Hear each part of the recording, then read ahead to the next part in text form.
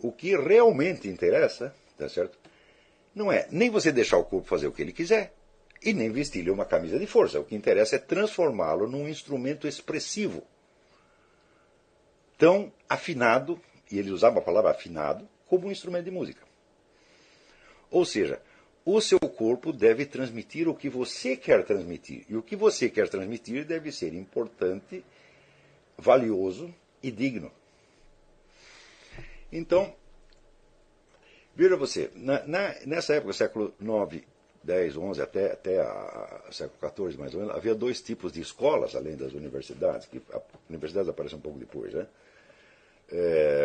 Que eles chamavam de escolas monacais, que eram nos monastérios, e as escolas catedrais, que eram junto às catedrais. Né?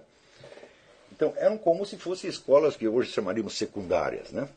Não chegavam a ser universidade, mas quando nós vemos o que os camaradas estudavam lá, está infinitamente acima do que hoje se poderia encontrar numa universidade. Tá certo? Então, a coisa desde esse adestramento do corpo para afinar, desta afinação do corpo, né,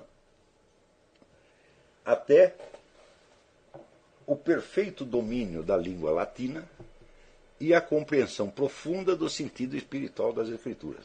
Quer dizer, pegava um sujeito analfabeto e levava até esse ponto.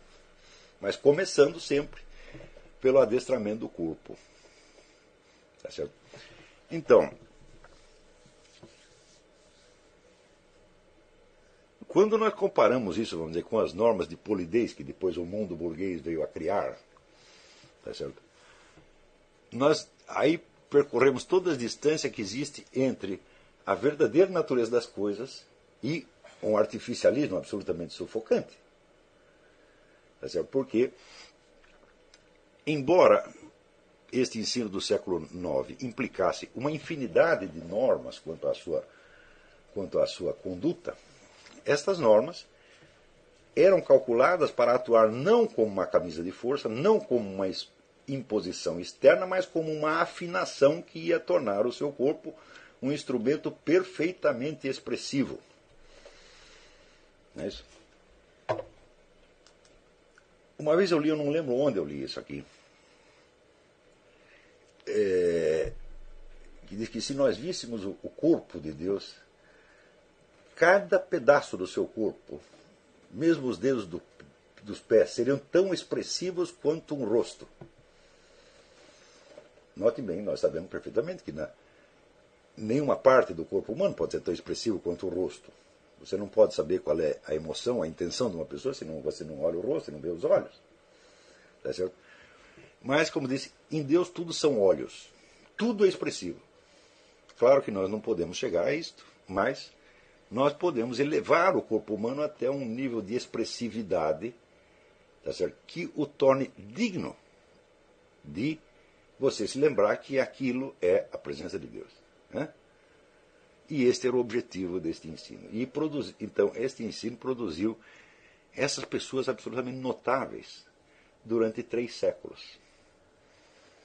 E tudo o que se vê nos séculos XII e XIII em matéria de literatura, de filosofia, de arte, não é senão uma documentação atrasada, tá certo? De toda uma cultura que já estava se desfazendo, que já estava em extinção. Então é como se esses grandes artistas e filósofos dos séculos XII e XIII tivessem gravado em pedra e no papel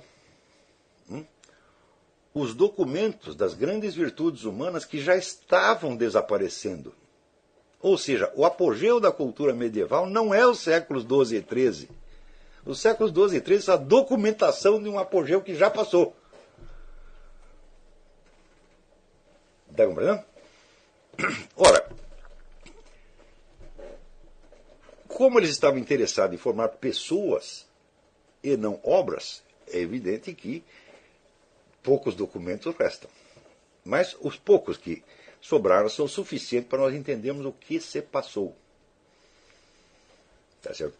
E somente este conceito, vamos dizer, de adestrar o corpo do aluno para que ele se torne perfeitamente expressivo, e expressivo não de qualquer coisa, expressivo não de qualquer estado emocional que possa tomar conta dele, tá certo?